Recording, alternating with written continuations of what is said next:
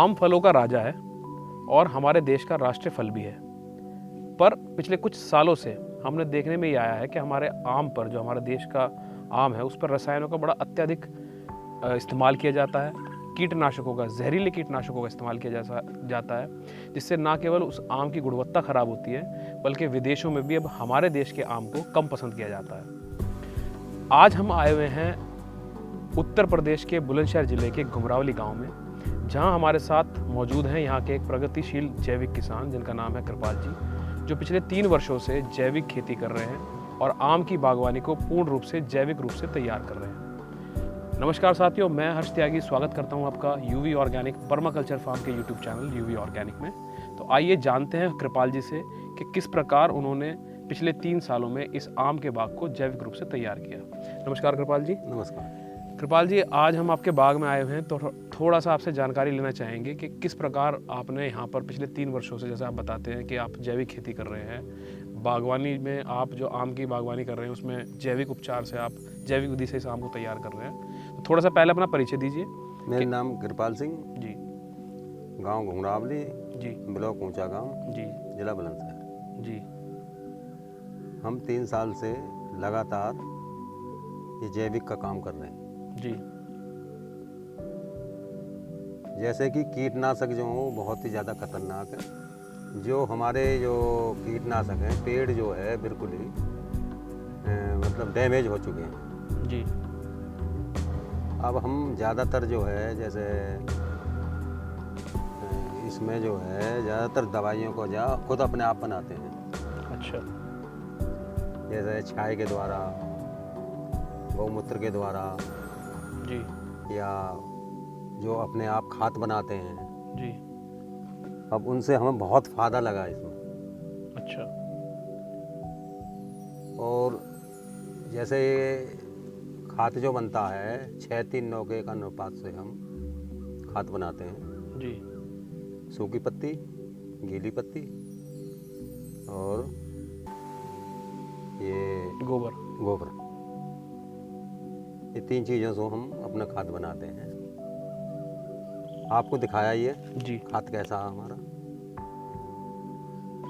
जब तक हम खाद नहीं लगाएंगे, जब तक हम जैविक खेती नहीं कर सकते। हमारे पास पशु होने भी बहुत ज़रूरी है।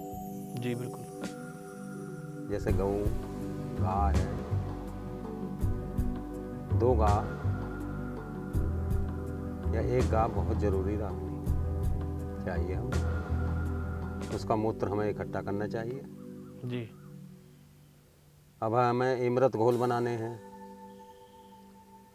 या बाग में हमें खाद तैयार करनी है, इसके सब जो हमारे पास तुमने देखे ही हैं जी साधन हैं। ड्रम हैं, 10 ड्रम हैं हमारे पास, जो पत्तियों के द्वारा हम ये बनाते हैं। तो कुल मिला के हमें बहुत बड़ा फायदा लगा इसमें। अब मैंने बाग देख ही रहे हो, ये थैले लगवा दिए मैंने बाग में। जी। इसमें कोई स्प्रे की ज़रूरत है नहीं। अच्छा कृपाल जी, थोड़ा सा मैं ये जानना चाहूँगा, आप पिछले 3 वर्षों से जैविक खेती कर रहे हो, जैविक रूप से इस बाग को तैयार कर रहे हो। 3 वर्षों से पहले जब आप केमिकल या रासायनिक खेती करते थे या बाग को रासायनिक तरीके से तैयार करते थे, तो उस समय में और इस समय में आपको क्या फ़र्क दिखाई दिया? पहले क्या समस्याएं थी जो रसायनों को आपको छोड़ना पड़ा और फिर आप इसमें जैविक में आए हो? क्या कारण रहा आपका रसायनों को छोड़ के जैविक में आने का? देखो जी, पहले तो कीटनाशक ही इतने तगड़े जहर बना दिए, उनकी क्वांटिटी को ही पता नहीं है कितना जहर है कितना नहीं है उसमें। जी। तो पेड़ों पर बहुत फर्क आ गया हमारे अंदर। हम्म।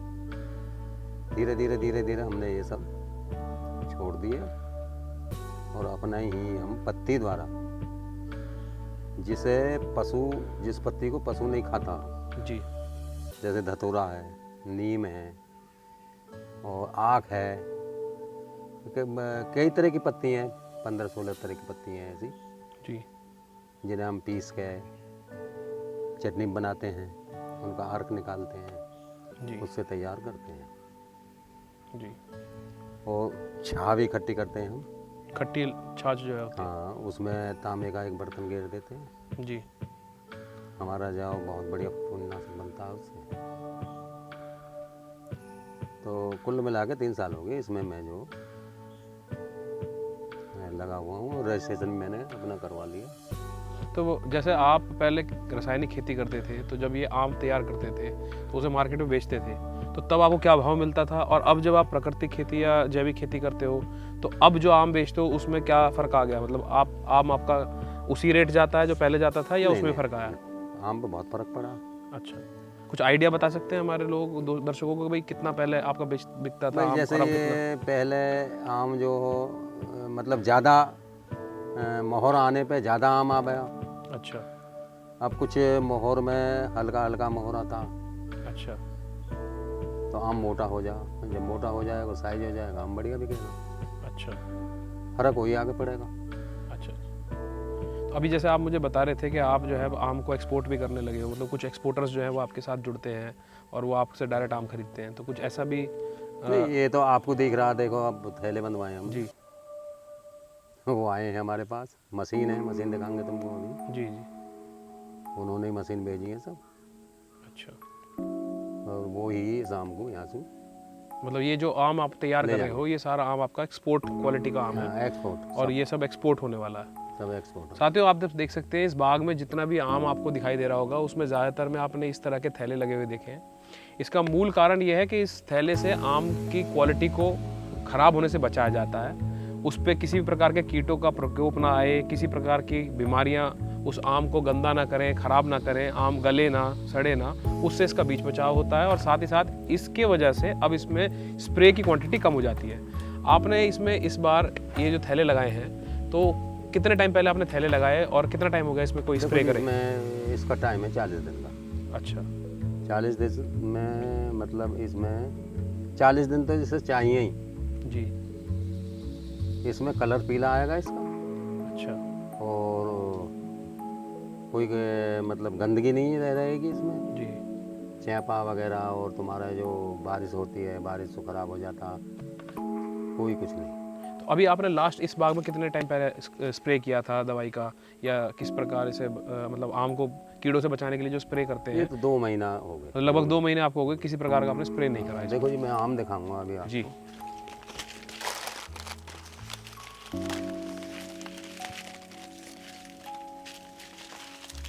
ये देखिए, है चेंजिंग या नहीं? साथियों आप देख सकते हो कितना फ्रेश और साफ़ सुथरा आम है, जो एक थैले का प्रयोग करने की वजह से इस आम पर ना किसी प्रकार का दाग धब्बा है, ना ही इस आम के ऊपर किसी तरह का कोई कीट का असर है। इस थैले के उपयोग को करने से इस आम को हम ना केवल कीटों से बचाते हैं, बल्कि ना इस पे किसी प्रकार का रोग आए उसके लिए जो हमें स्प्रे करने पड़ते हैं, हम उस स्प्रे को करने से भी बचते हैं। तो जैसा कि आप इस पूरे बाग में देख सकते हैं, कृपाल जी ने इस पूरे बाग में आप चारों तरफ देखेंगे ये आम को कवर किया हुआ है इन थैलों से। कृपाल जी इस थैले के बारे में थोड़ा बताएंगे, क्या कॉस्टिंग आती है इस थैले की, कितने बार ये इस्तेमाल किया जा सकता है? देखो जी, ये थैला है हमारा 3 साल चलेगा। अच्छा, ये 3 साल चल सकता है। तो क्या कॉस्टिंग आती है इस एक थैले की? 6 के करीब। 6 रुपये का ये एक थैला पड़ता है, जिसमें आपको 3 साल ये आप इस्तेमाल कर सकते हैं उसका। और अगर कोई किसान इसको एक बार इस्तेमाल करना चाहे, ट्रायल के लिए करना चाहें, तो कोई और ऑप्शन भी है इसका? हाँ है, और थैला है वो वैसे। अच्छा, मतलब कोई और ऑप्शन भी है? एक साल के लिए यूज होते हैं। मतलब इस तरह के थैले भी हैं जो केवल एक बार इस्तेमाल किए जा सकते हैं। लगभग उनकी क्या कॉस्ट पड़ जाएगी? 2.25 रुपया, 2.5 रुपया। 2.25 से 2.5 रुपये में एक थैला हमें इस तरह का मिल सकता है जो एक बार इस्तेमाल किया जा सके। आओ और दिखा जी। काफ़ी बागों में नुकसान होगा। अच्छा अब ये आम जो हमारा इस तरीका से फलता, जी। ये डंटल पे इस पर कोई जोर नहीं। मात्र इसमें हमारे 200 पीस कुल गिरे। अच्छा, मतलब जो आंधी से आम गिरता है, इस थैले की वजह से वो आम गिरने से भी बचता है और नुकसान होने का जो है चांस कम हो जाता है बहुत। अब सामने हमें 200 पीस गिरे हैं कुल इसमें। अच्छा, तो साथियों जैसा आप देख सकते हैं, ना केवल ये कीटों से और स्प्रे से आम को बचाता है, बल्कि जो आंधी आने से आम झड़ता है उस पर भी काफ़ी हद तक रोकथाम हो जाती है और आम का जो नुकसान होता है एक किसान को, वो होने से बच जाता है।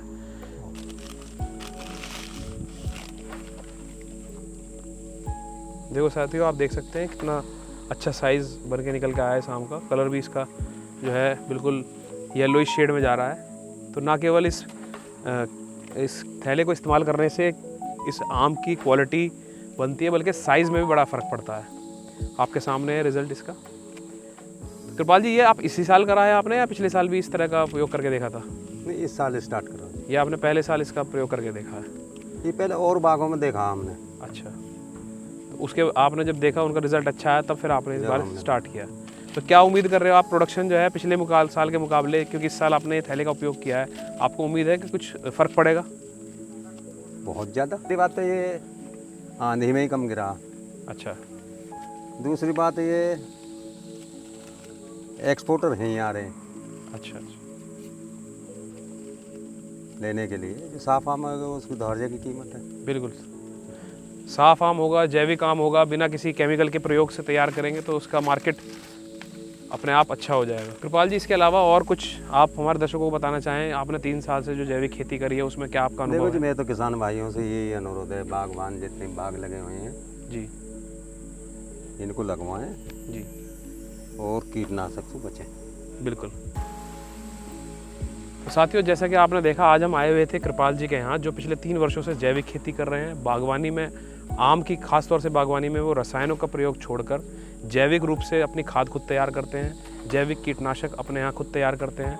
और आम को प्रोटेक्ट करने के लिए उन्होंने एक नई टेक्नोलॉजी, जिसमें कि ये कवर किया जाता है आम को, उसका उपयोग इस साल से शुरू किया, जिसमें इन्हें ना केवल आंधी से होने वाले नुकसान से बचा हुआ, बल्कि आम की उनकी क्वालिटी को भी काफ़ी फ़र्क आया है। भी ऑर्गेनिक पर्माकल्चर फार्म पर हमारा हमेशा से प्रयास ये रहता है कि किस प्रकार किसानों को ज़्यादा से ज़्यादा रासायनिक खेती को छोड़कर प्राकृतिक खेती करने के लिए हम उनको अग्रसर कर सकें।